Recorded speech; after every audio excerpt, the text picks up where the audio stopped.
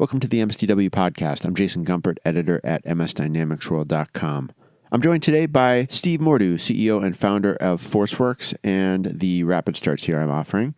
As always, Steve has his eye on the latest Dynamics 365 offerings, and in this episode, we talk about the rollout of D365 for Marketing and D365 Sales Professional. Steve has recently written a couple of blog posts examining the marketing offering in particular, and his observations have generated some strong reactions already, so I'm excited to dig into it with him. Hey, Steve Mordue, welcome to the podcast. Hey, Jason. Glad to be back again. Yeah, glad to have you back. This must be, I should have counted it up beforehand. This is at least the third or fourth visit you've had here. Always a great time chatting with you. Yeah, it's always fun to come on your podcast. You ask the right questions. Oh, excellent. Well, last time I saw you was actually on the computer monitor screen. You were in the very intimate, you would say, audience at the virtual launch event. Oh, yeah. The back of my head became quite well known. I said, hey, I recognize that guy. I think you were the only person I definitely recognized. There were a couple of people who looked like, oh, I think I might know who that is. But I was like, oh, there's Steve. It was fun. Yeah, we were out there for the in Redmond? Dynamics pack. And, they planned to do that launch. And I guess they were looking for a friendly live audience for James and company. And we happened to all be in town. So they kind of shuttled us over for a few hours to go over there and be the studio audience for him, and I elbowed my way to the front row, and it was a nice event, a good overview of things that are going on. A nice chat with the team after that, about some other stuff. So yeah, it was a fun day. And for anyone who doesn't know, the PAC is the Partner Advisory Committee. Council. Yeah. Council. Thank you.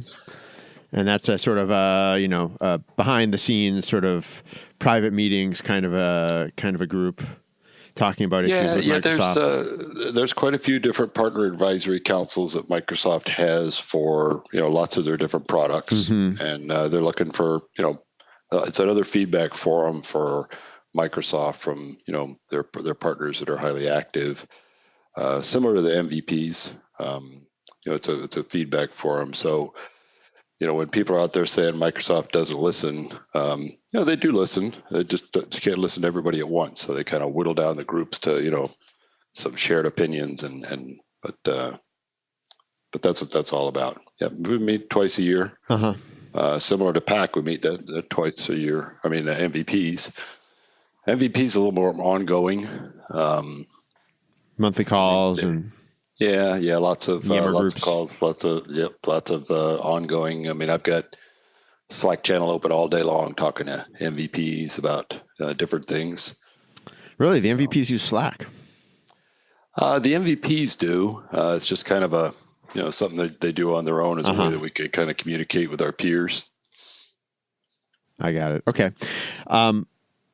So yeah, I mean, Microsoft had its virtual launch, which was, I assume for you, for a lot of people who have been paying close attention. It wasn't too much new. A few things that did come up new at that point, but that really did kick off, the season of general availability for different products. And it sounds like one of the ones that you've jumped right into is Dynamics 365 for Marketing.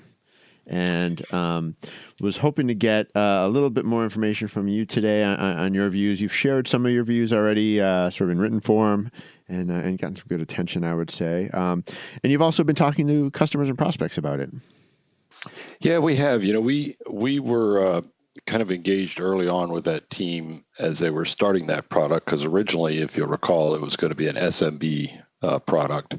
And we're, one of the leading SMB-focused partners. So we were, one of the partners that they were talking to very early on about that. So we've kind of followed the progress of that, all the way through, even when they lifted the business edition label off and it was no longer, SMB only. I think that's when a lot of other folks, when it popped up on a lot of other people's radar. And so we've been pretty excited about what they're doing. They're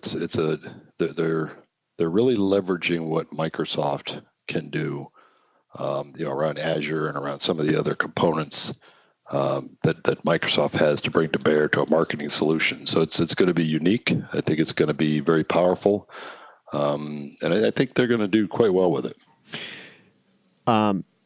Well, let's talk a little bit about some of the things you've written about it, because I think it's worth getting a little more understanding of sort of what your journey has been until now with the product. Obviously, you saw it being developed. I know you knew some of the product team leaders who had been directly responsible for its development up to now, and it's been a fairly long, I would say, runway or lead up to its actual launch. So maybe some like you said, it was originally talked about as an SMB product, and then it became more of just a certain scale of product, or for a certain sort of scale or level of complexity of customer need. And obviously, there have been personnel changes, and pricing and packaging was some of the last details to be revealed. And then you kind of got a chance to look at it sort of in all its glory, right?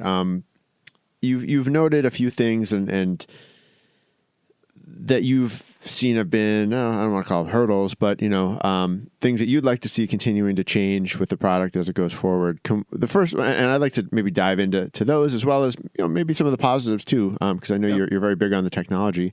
The first was some of the pricing, right? How it's adding up, how some of the prices are adding up for prospective customers. I think that was just a miss on Microsoft's part. As you know, Microsoft's got lots of different teams involved in each of these things. They have different people over here that work on building a product, and another group over here that works on pricing, and other groups over here that work on competitive strategy. So I don't know that all those groups necessarily coordinate with one another as nicely as we would all like them to. And I think this was kind of a result of that.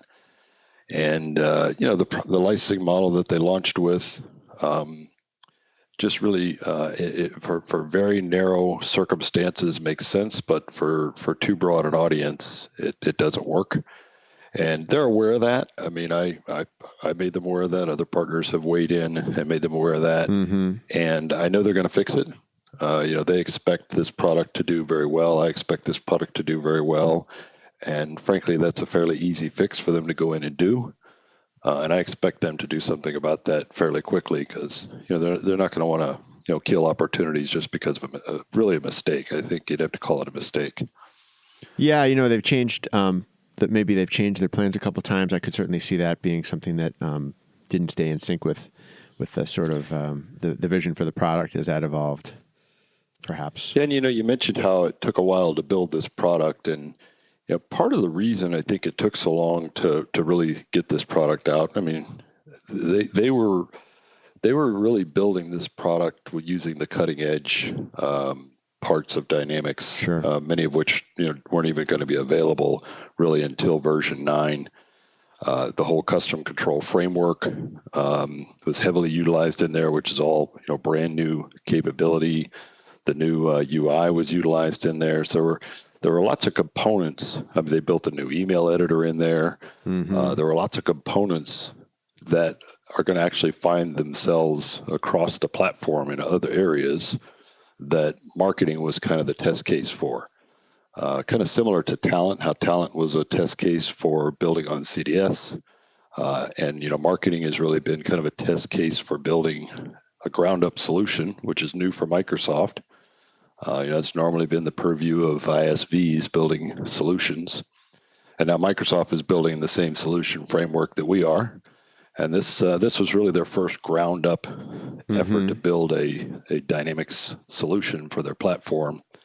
And so I think it took them a little while to get their arms around approaching it from that side, and also wanting to really pull in all of the latest and greatest features. And even things like the email editor, they really built that for marketing, but now it's going to make its way over into the main product. So I can see why it would have taken them a little longer than maybe, a partner just going out there and trying to build something. Yeah, one of the things that is unique, I think, about, well, like you said, it's part of that first wave of D365 apps that are decoupled from sort of the old core CRM engine, which is certainly very interesting. And I was just going to add the side that's also very interesting. Something you touched on is that the first companies to be selling this are going to, I would assume, be partners who have some pretty good experience selling other marketing solutions in like alongside CRM. So whether it's, something very native to Dynamics 365, like the Click Dimensions or some of the broader solutions out there, the Actons or the Marketos of the world. It's going to be, resellers out there who are used to selling something in addition to, a marketing solution in addition to CRM, core CRM, right? In the dynamic space, but this is not the same. That's the logical partner category. I think will be those who are already engaged with some sort of marketing automation, third-party tools, wherever they came from and whatever they did. Right. I think that I think you and I have discussed this before in past podcasts. One of the challenges for a lot of Dynamics partners is they're not really marketers. They're technical people. They know process. They understand sales process, but you dive over to that marketing side. Yeah, there's process there, but there's also an art to it. And I think we, as partners, are mostly scientists and not really artists. And that's a skills gap to plug. One of the ways we're plugging it is we've partnered with another Dynamics partner named Coffee and Dunn out of Texas that really has been a marketing partner. They focus primarily on the marketing side of the business. We're big MDM partners, and they're going to plug that gap for us because we're smart enough to know if we're going to be successful with that application, that gap needs to be plugged. Yeah, I think. So is that acting more as as an agency to actually provide sort of marketing strategy in the context of the technology? I think this is maybe where we're going to be seeing partners go is they're another partner just like us, but they have a particular skill set around marketing. Our skill set for them is that we're a little more deep on the technical side, so it's kind of a natural marriage to let's partner up and work on opportunities together because combined we're going to be stronger than one. And I think I think you and I have talked maybe a couple of years ago about this challenge for the channel that we've got so many different skills that are required today that you just can't be good at all of them, and you're going to have to partner up. And I think we're seeing more of that, and we're kind of trying to create an example here ourselves and partnering up for skills that I don't want to learn, I don't want to hire, and I don't need to. It makes more sense for me just to partner with someone who has that, and same for them. So we're looking to really have a good relationship with those guys going after this. The thing I'm trying to wrap my head around is that, and that totally makes sense, but there's always been, I suppose, and maybe there will continue to be, and you maybe touched on this in something you wrote, that there's this kind of flow or sort of logical definition of what a lead is versus what a contact is, and handling having a marketing department handle a lead before it becomes someone that's sales ready, someone that the sales department would actually consider a contact or part of an account. There's sort of these two.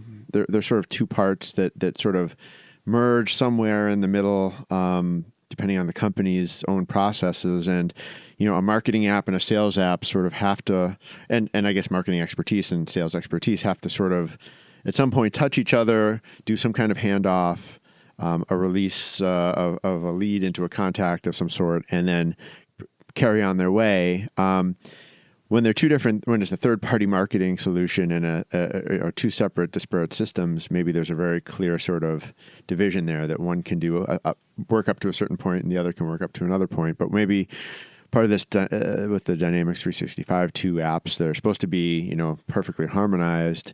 No one's quite thinking about maybe Microsoft included, thinking about it that way yet. I think.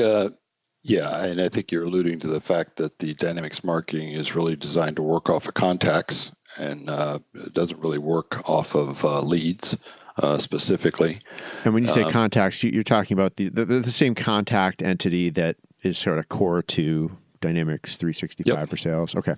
And I think some of that is, again, that kind of right hand, left hand, the when you look at the competing marketing solutions out there, they don't really have a concept of a person being more than one thing. It's just a person we're going to market to.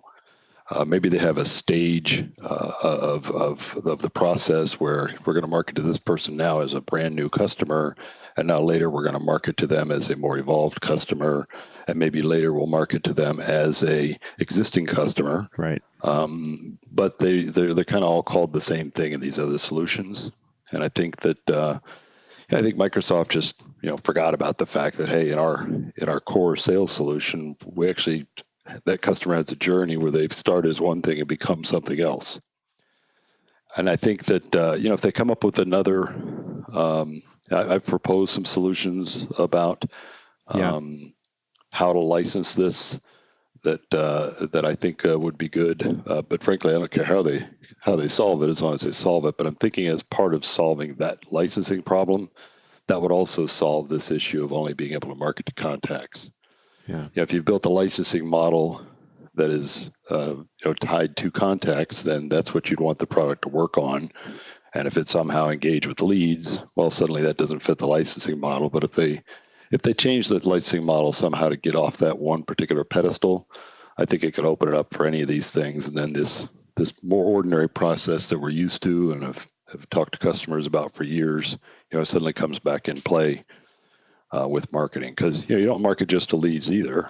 In CRM language, that lead is kind of that net new over the bow, and you'll market to them to try and get them to the point of becoming a bona fide prospect for real work, and then you'll continue marketing to them as they cross that threshold, and ultimately they become a regular customer. Now they're in the system as a contact, and you'll probably continue to market to them, for new offerings and things like that. So. Marketing is something that kind of starts at that first touch with the customer and never ends. There's no reason that it ever ends. So the application needs to kind of flow through that whole process. And I know they understand that, and I'm sure it will. And you've put these ideas out there probably more directly than anyone else yet. How's the reaction been? Good. I get a little frustrated sometimes. Microsoft's a big company, and we're a small partner, and I see an issue, and I reach out to people I know inside of Microsoft, and then I reach out to another person. I reach out to as many people as I think I can touch to try and impact something. And when I'm just getting a little frustrated that maybe I'm not getting the sense of urgency that I would look for. Then I'll maybe get a little more animated in my blogging than I might otherwise to try and surface some of that attention. And, sometimes that works and sometimes that doesn't. I haven't ever had anyone from Microsoft, tell me that I've just plain made them angry. I think that even reading that blog, if they should be angry at anyone, it should be someone on their team. And I'm just a guy shining a flashlight on it. And I think they appreciate that. I hope they do. Yeah, no, I would agree. They haven't kicked me out of the channel yet. There you go. And I mean, you raise these points, I think, with your own voice, but constructively. I try anyway. Sometimes some frustration will seek in. One of the things I've observed, I think this is maybe just consistent with what you're saying here. It does seem like licensing gets sort of tacked on really like with very little time to go before a launch, oftentimes. And that's just been my outside observation. I don't know that as a fact or as anything that Microsoft schedules or not. Yeah, it certainly feels that way. And, I mean... Even very complex licensing schemes. I tell you, it's a slippery slope. If you start with this idea that, man, wouldn't it be great if we just had one app, one version of the app, one price, and every user paid that price and they used everything we had, and wouldn't life be easy? So you start with that as the pinnacle, but you could never get there. Because you've got customers aren't going to want to use all the app, and so they don't want to pay for everything that they're not using. So we got to split this up then, and then we get into situations where we've got customers on-premise platforms that aren't prepared maybe for a difference in cost to move to SaaS in one go. So we've got a bunch of layers of licensing to step them up over time. And before you know it, you stick your head up and you've just got a licensing monster that's very difficult to manage, but very difficult also to simplify. And I think they would like to make things simpler. I think that actually the marketing licensing model was very simple. Unfortunately, mathematically, it didn't work for most customers, but as simple goes, or as licensing goes, about as simple as I've seen from Microsoft. Yeah, no, I agree. I think they are trying to make the licensing model simpler. I think I expect, I've just heard rumors, but that maybe not such a big deal on the sort of customer experience side of the world, but even on the ERP side, that there is a push to make licensing much more uniform in the future, especially for Dynamics 365 or anyone stepping up to it. Perpetual licenses will become more and more rare, and as that happens, and SaaS becomes sort of more the favorite approach and more, more attractive to more companies, that more companies will get into this model where it is a simpler approach. I think it'll take years, but that's well, and there's some financial mechanics there too. Yeah, I mean, we've got the new motion is CSP, whether that's direct or indirect. That's the new motion for Microsoft on licensing. That's where all the energy is behind. They've got distributors, partners, CSP resellers, everybody, LSPs, everybody on CSP. Mm-hmm. And CSP is a great model, but CSP doesn't really have pricing flexibility. It's, here's our pricing, and here's how you buy it. And but for years, Microsoft sold EAs, still does, and in EAs, Microsoft has some pricing flexibility. So one of the challenges that they're going to have is trying to get those people that they had sold EAs to previously and gave them some favorable pricing for some reason or another, and trying to move them over to CSP, where there's really not a mechanism for giving them that favorable pricing. And they're going to have to sort that one out somehow, really to move all those people off those EAs. I know they're thinking about it though, because it comes up often in different meetings where partners are struggling to get certain customer segments to move, particularly if they're on EAs. Absolutely, yeah. I can imagine that's top of mind for partners, especially with, like you said, bigger clients with EAs. Yeah, not to further complicate the licensing, but then we create new license types, right? So now we've got this the sales professional as a new license with its own caveats and pricing and things for partners to understand. Mm-hmm. I think that the difficult part about licensing in general, it's pretty complicated. There's a lot of different facets to it, and I think that it's complicated for partners to get their arms around, much less turn around and be able to explain to a customer. And if a customer can't really understand what he's paying or why he's paying it, that's not a comfortable spot for the customer. That customer wants to hear a very definitive, here's the license you need for these people, here's the license you need for those, here's how much it's going to cost, and here's why you need it. And I think I know that there's some partners out there that have just said, I'm just going to sell them the plan because I know that'll cover everything. But you got customers out there paying too much because they're paying for more than they need because it was just a simpler thing to understand and sell. But a big risk in this business is churn. And one of the things that'll drive churn, of course, is a bad experience. But another thing that'll drive churn is cost. I mean, one of the reasons that we're still seeing a significant number of Salesforce defections is not because there's anything wrong with Salesforce. It's because it's more expensive. And when people see an option that can provide the same kind of capability at a lower cost, they start looking for, is there a reason we shouldn't move? Right. And we certainly don't want to create that with our customers by putting them on the wrong licenses and having paid too much money. When if they were put on the right matrix of SKUs, they'd be staying for a long time. I'm just looking. I hadn't actually seen the sales professional pricing until now. I know it was on its way up to the website, but it's posted now. It's out there. It's a live SKU. Yeah. So this is kind of the evolution of the other part of Business Edition. If you recall, marketing was one of the things being built under that banner. Of course, finance. There was a version of finance, which was a SaaSified light version of NAV that was being built under that banner, which is now that's evolved into Business Central. Right. The Business Edition name now, with that moving to Business Central, is officially gone. But they had some efforts on the sales side for a Business Edition sales application. And so I really kind of need to figure out what to do with that. And the real shift with Microsoft away from Business Edition wasn't, it was really kind of an epiphany they had in the middle of that process that, we're building maybe a simpler version of the product, but why are we pointing it at smaller customers? We have big customers with simple needs also, and small customers with complex needs. So instead of pointing it by size, let's just get off Business Edition, and instead we're going to have something that is available to any size company, but for users with simpler needs. And it's funny because I remember when they first came up with the Business Edition idea, thinking this is brilliant. And then when they pivoted off onto this, I thought, yeah, this is what we should have done in the first place. Why were we doing that other thing? So I like where it's gone.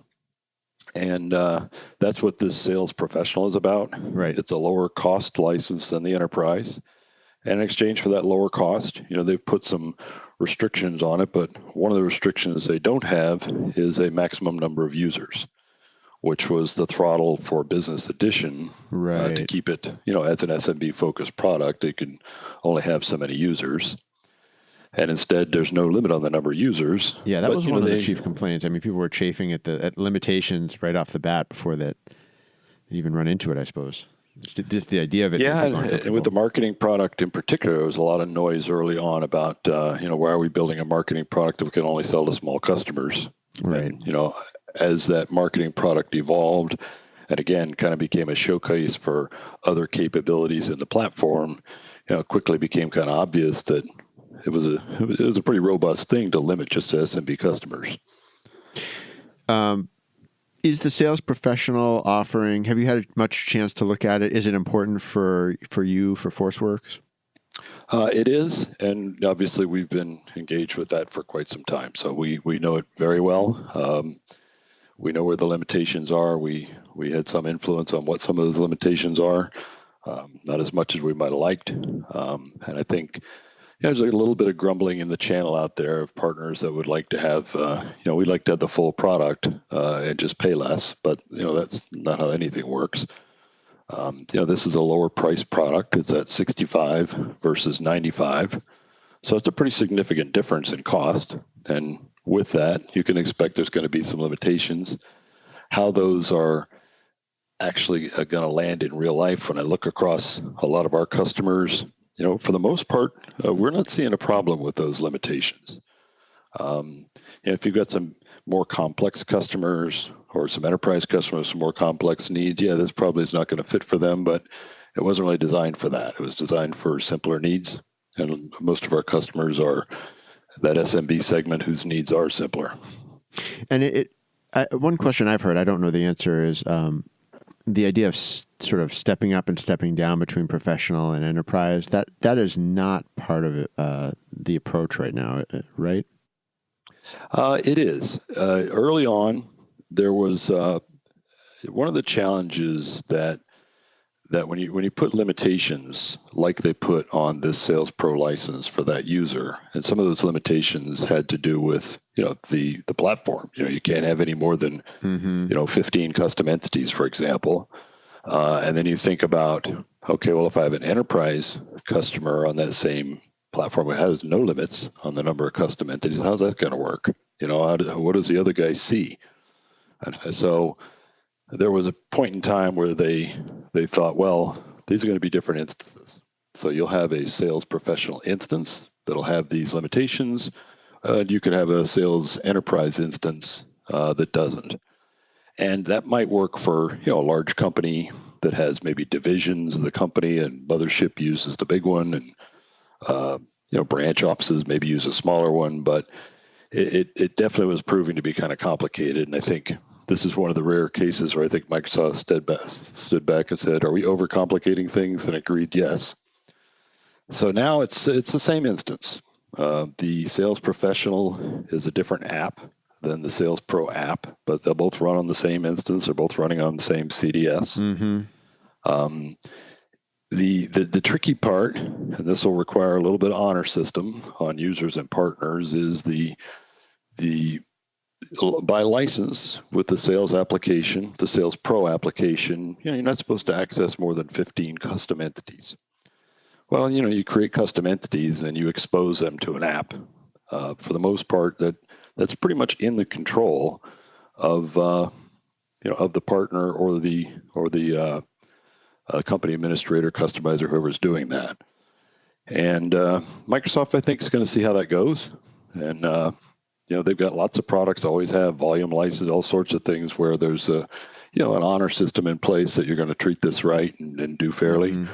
We know that didn't work out too well with the team member license. And I know they're looking at things to try and lock that down. That was the $5 or $10 license, depending on which one you bought. It's been overused or improperly used. Yeah, I mean, we tried not to sell it at all because we knew it would be abused. Mm-hmm. But I know there's cases out there, maybe more so in some other countries, where you've got one full user and 500 team members, and obviously that's somebody who's abusing the system. Sure. And so I'm sure Microsoft is watching that, and if they wanted to, they can step in, and suddenly we'll have software asset management audits going on cloud customers that are taking advantage. So yeah. I'm surprised to hear you mention honor system. I would imagine exactly the opposite. I mean, Microsoft has even bragged about how much telemetry they're able to gather for the better in terms of optimizing products and well, at least especially I would say with you hear it more. I hear it more on the AX side. I'm sure it's very well monitored on the CRM side too. But monitoring. Yeah, they've got the telemetry. Yeah. I think that it's a matter of bandwidth. As you say here in the launch we just had, they launched up a flotilla, or I guess you'd call it a freight train of innovation and product. And going back and locking all that stuff down to comply with license requirements is another huge amount of work to be done. And plus, I think before you put some locks on something, like, we're talking about this marketing licensing, and if they had launched that with these and spent a bunch of, made a bunch of investment in locking that down to that license hard, that's even that much more work when it lands and they realize they need to make some changes. So I think as a lot of this new products and new innovations land and they see how people are using it and also see where they're abusing it, I think they'd be better informed on how to lock it down. Just lock down what needs to be locked down. But if I were a customer, I wouldn't assume that, I can violate the terms of my license indefinitely. Yeah, I think there's a lot more to come on Microsoft's position on how it licenses the various business applications, and it's certainly something I'm going to be paying attention to, both on the and when you look at how they did volume licensing, and now with the telemetry, I wouldn't expect that all of a sudden Microsoft's going to just lock all this stuff down. I think what will happen is, based on telemetry, they'll start sending friendly little notices to customers. Hey, did you know you're out of compliance because of this, that, or the other? And that'll be the approach they'll take first, I'm sure. Yep. To try and nudge people into compliance. Maybe after 3 or 4 nice emails, they start getting a little tougher with you. But one of the things that I talked about in my last post is, if Microsoft suffers from anything, it's being too accommodating. Right. There's always, there's an old bit of conventional wisdom. I don't know if it still applies, that, in the early days of CRM, especially CRM Online, that licenses were being heavily discounted for the biggest and most enticing customers of Microsoft. Big enterprise deals done by the biggest global system integrators, right? And CRM licenses were flowing like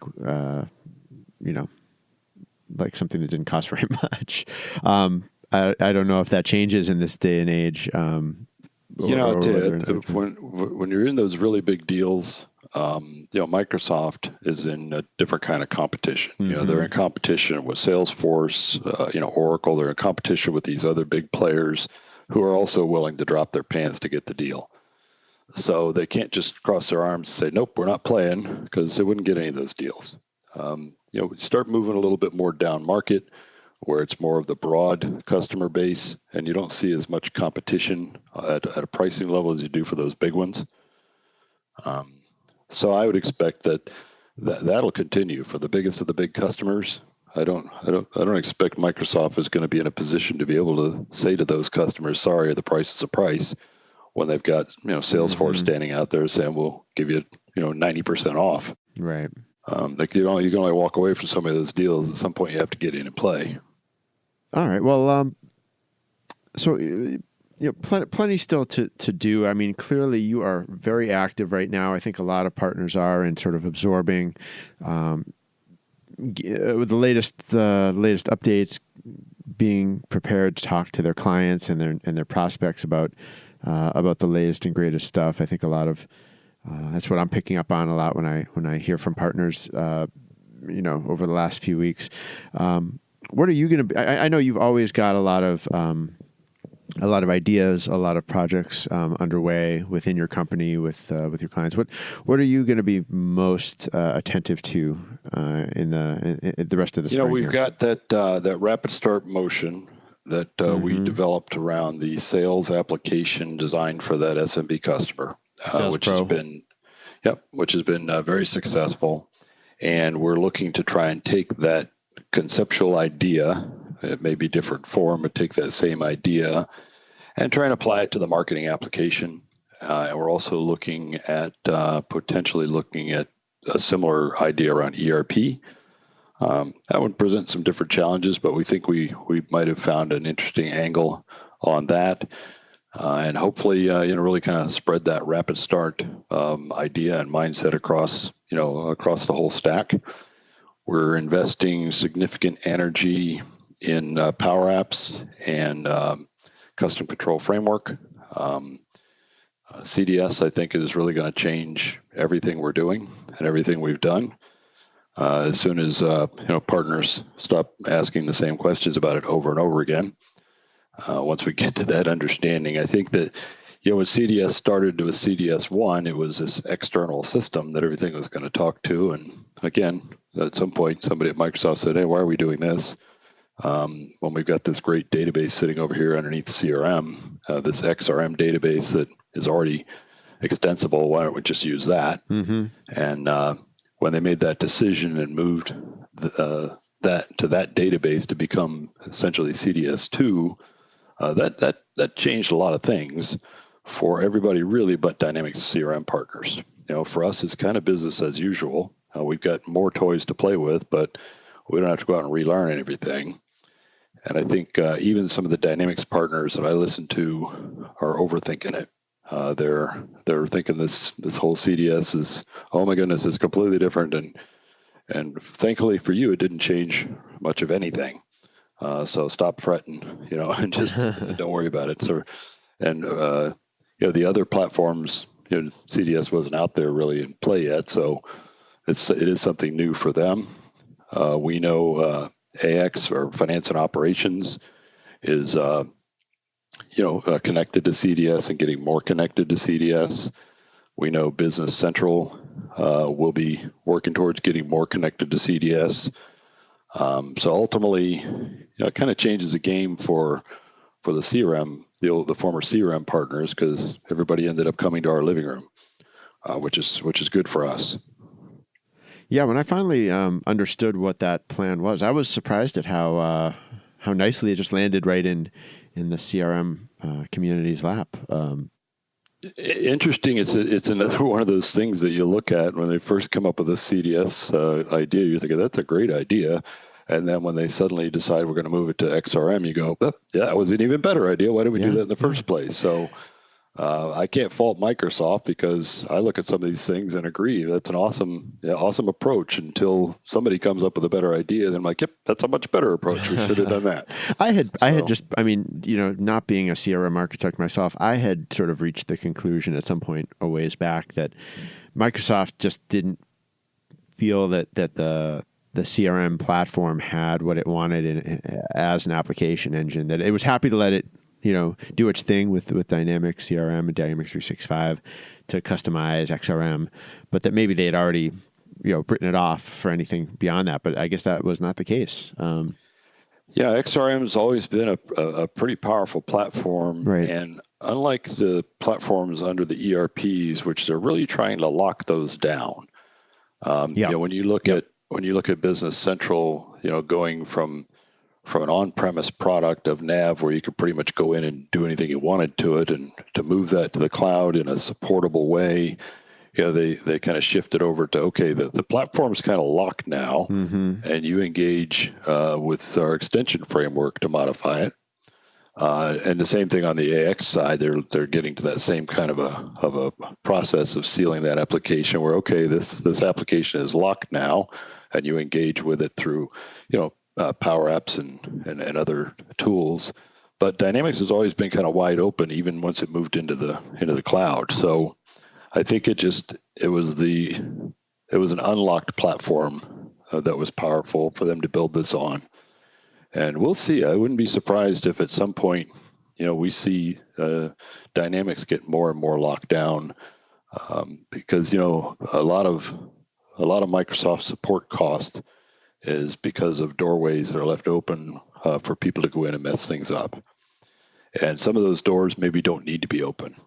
And if they can start closing doors that people shouldn't be going in or don't need to be going in, while still giving them the ability to do some things they need to do, that's just going to make their life easier and drive their support costs down. I mean, I mentioned in my last post that they're dragging a huge support debt across this whole platform, between still having multiple versions of on-premise floating around out there, multiple versions of cloud. That's a lot of different platforms, each one with its own nuances. Even each from build to build, there's nuances to try and support. Man, if they could get that number whittled down significantly, that's a huge amount of cost that just goes away for Microsoft. That I'd love to see them pour right back into continuing the R&D, which I don't know where they're borrowing the money to do that from now. Stock market, I guess, but there's just a lot of money that they're dragging with them, and I think a lot of that is, some of their on-premise days mindset. I mean, they've been a cloud company for a while now, but they were an on-premise company for a lot longer. And, Absolutely, they need to evolve their thinking a little bit. You'll see the other big cloud players, Salesforce as an example, carrying that level of a support burden across that many different versions and builds. I think there's a lot that the company is going to learn from, like you said, moving to extensions for Business Central and moving to overlayering, if I get that right. But moving to the new model for finance and operations as well, that's going to change the way add-on solutions and customizations are supported. There's a lot of transition going on there, and maybe the R&D organization is going to maybe pour some of those lessons back into potential future changes with CRM, like you said. Yeah, where I think Dynamics marketing was kind of a testing ground for some new ideas that are going to feed back into customer engagement. Marco's group over there kind of took the lead on a different way of approaching that SaaS with a lockdown platform. And, time will tell, but I can imagine a point in the near future with him sitting down with the other platform PMs complaining about support and him just kind of kicking back and smiling that I got a locked platform. My support's very, very minimal compared to you guys. And suddenly there's a model they're going to want to copy across everything. Yeah, maybe. Well, plenty to keep watching here. I guess we can wrap up. Steve, thanks so much for taking the time today. This was fun. That's great. I look forward to catching up and trading notes soon. I'll be, I think my next thing is the Summit EMEA in a couple weeks in Dublin. So I'll be hearing from some customers there, I hope, and I'm sure Microsoft as well. It'll be interesting to see who from Microsoft is sort of delivering the various messages this time around. I think there'll be a pretty good crew out there. They've got, it's the first event since the launch, so they're going to be looking for the platform to make sure everybody hears it and understands it. Yeah, and I think it'll be a slightly different message, talking to existing customers versus talking to the market overall about the latest and greatest. That's always a slightly tailored or slight difference between the two kinds of events. But always a fun contrast for people who do watch all of it, like you and I. So I'll plug my blog for any of the listeners that are. Yeah, we'll link that up. I'll link to those some of the three recent posts, 3 really good ones that I think have gotten a lot of traction, right? And we'll link those up for about the technical debt and about marketing. All right, Jason, always fun. Always enjoy it anytime. Let me know. All right. Yeah, we'll talk soon. All right. Bye-bye. Bye.